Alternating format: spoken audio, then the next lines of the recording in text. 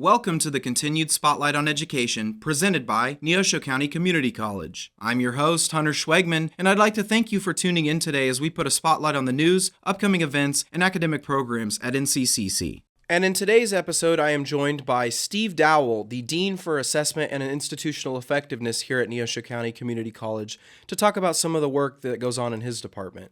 Steve, thanks for joining me today. How's it going? Hello, Hunter. It's good to be here today. So, Steve, your title is kind of mysterious, maybe to some people who don't understand how things work within the college. So just kind of give us a little bit of background on what you do here, how long you've been here at the college, have you held any other positions, and what's maybe some of your background before you came to work here. I came to Neosho almost 6 years ago. I lived most of my life over in Springfield, Missouri.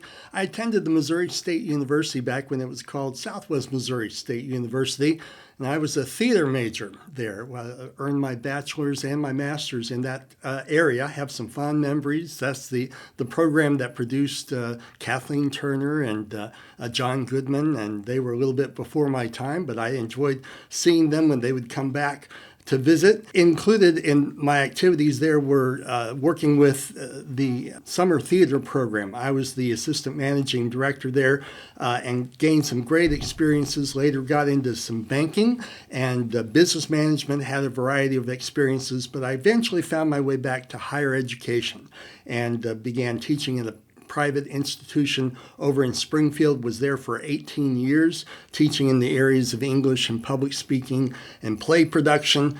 And I also became the co-chair of the assessment committee that was started at that college and gained some experience that eventually led me into this position that I have here, the Dean for Assessment and Institutional Effectiveness. Yeah, now looking at some of your duties within that role, like I said, I think some people kind of look at that and it's a little confusing maybe what you might take on or what might be your responsibilities. So what do you do for the college and how does some of your work lead to the college staying effective and being competitive in the market? This position is mostly about capturing and using data for continuous improvement, and that's institution-wide, so the responsibility is pretty wide-ranging. A key example of what I do relates to course learning data. Each course has a set of learning goals and outcomes, and through various coursework activities that the instructors establish, whether it be tests or papers or presentations, the instructor measures the learning that's taking place with respect to every goal. And that the scores then from those measurements can then be analyzed to look for learning gaps. And the instructors do that and make the necessary adjustments to close those gaps. And one of the things I do each semester is collect and review reports from our instructors about their course learning outcomes.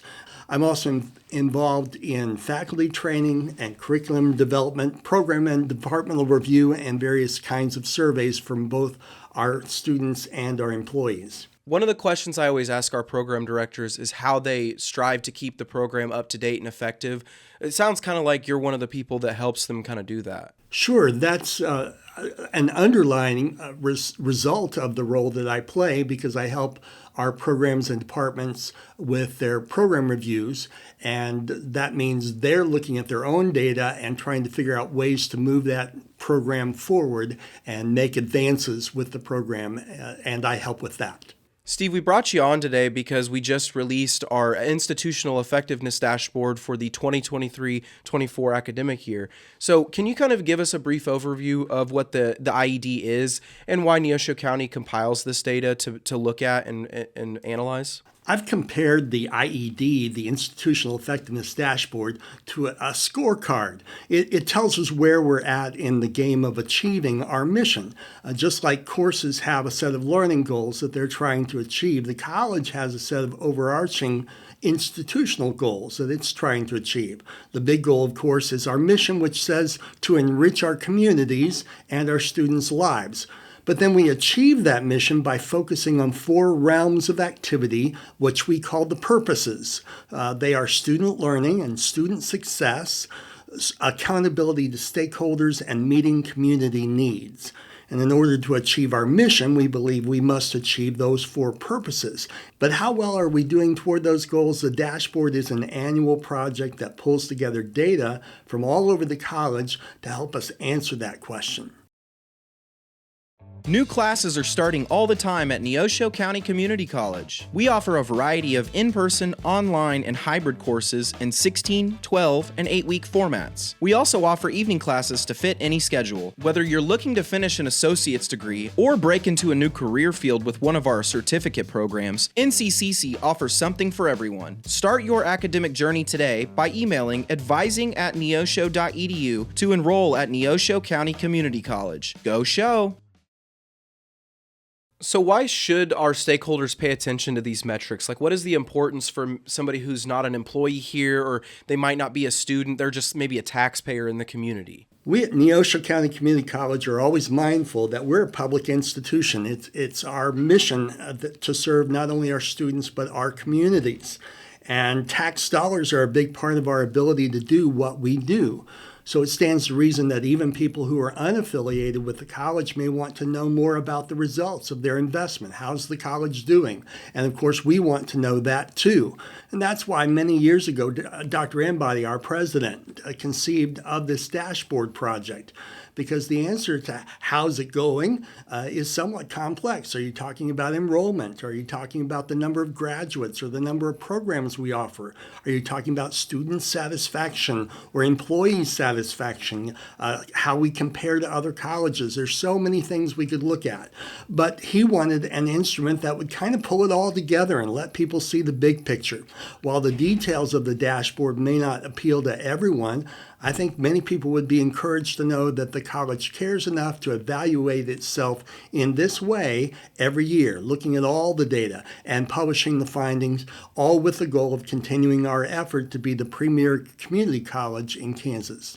You've explained a little bit now about what the goal of this dashboard is, but how is it implemented? How are the scores compiled and compared against previous years? And what are some of the scoring methods, and how are they selected for each score and implemented to be used? This dashboard has been going on for a number of years now. It evolved over time, and it's owned and managed by the executive committee of the college. That consists of the president, the vice presidents, the chief financial officer, and other deans and directors, some 15, 16, 17 people on that group.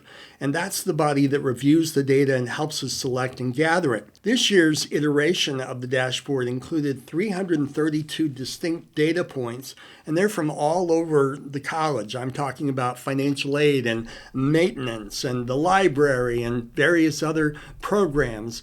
Because it's institutional data, we try to touch every part of the college.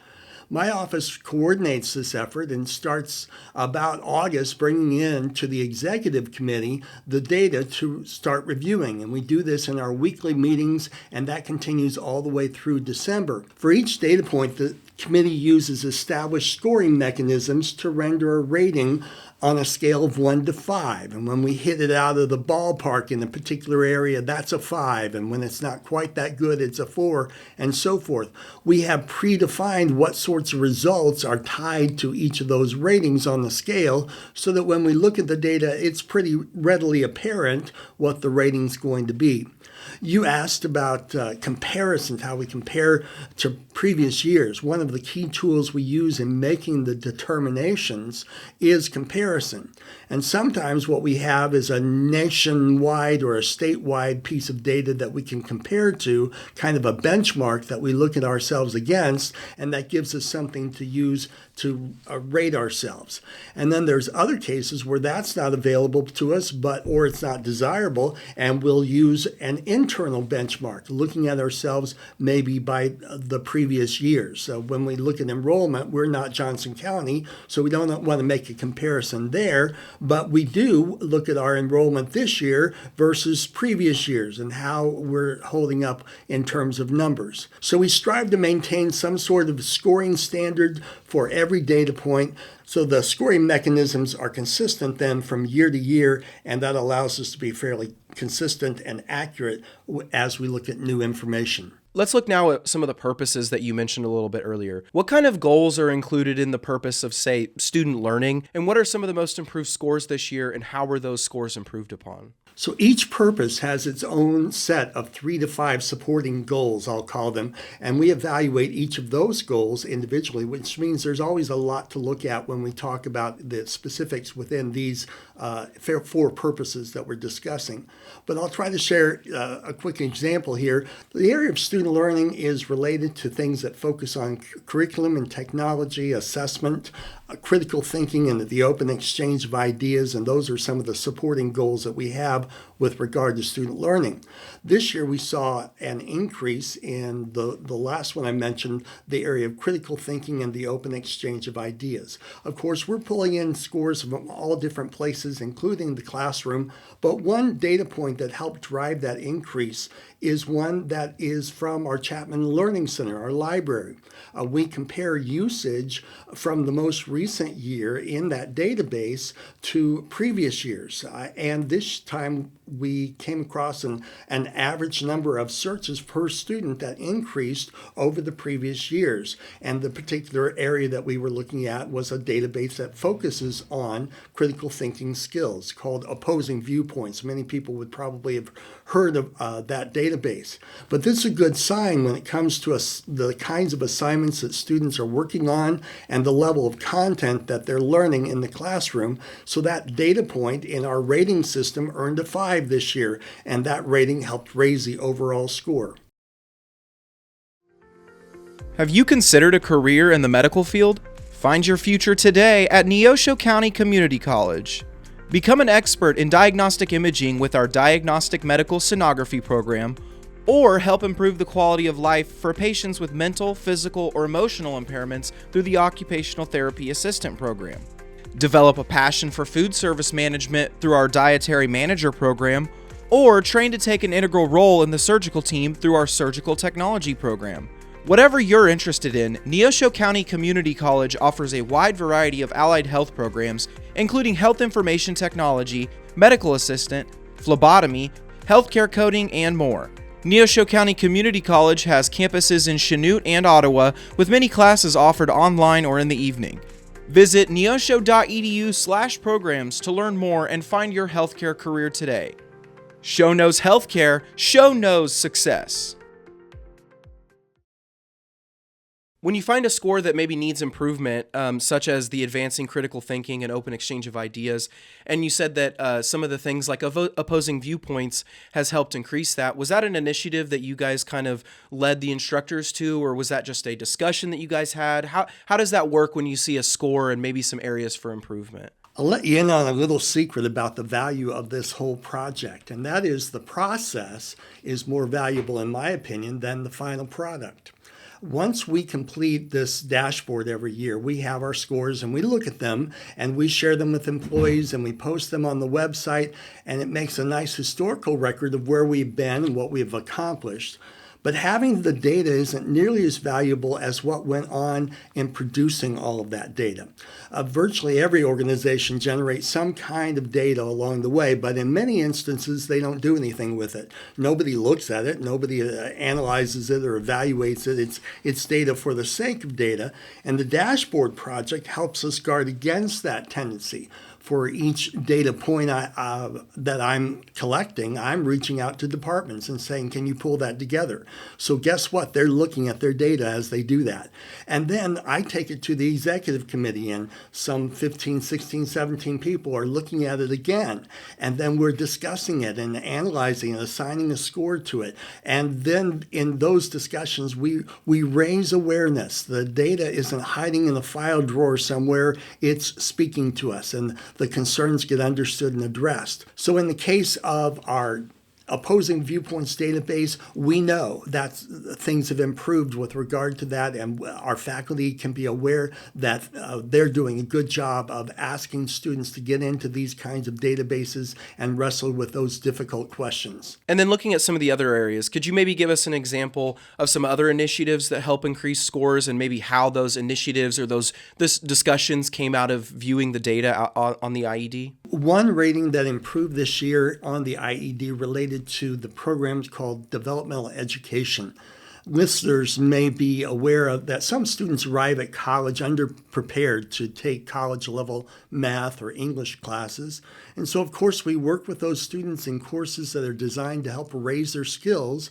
And then when they finish that training, we send them into those college level courses, hopefully to see them succeed at that level. But the data has been telling us for some time that we could do better with those students. And we knew that because we regularly look at our data. And in fact, we've been working on developmental education for some time. And this year we saw an improvement in a data point about the performance of our developmental education students with respect to other colleges, how we are comparing to other colleges.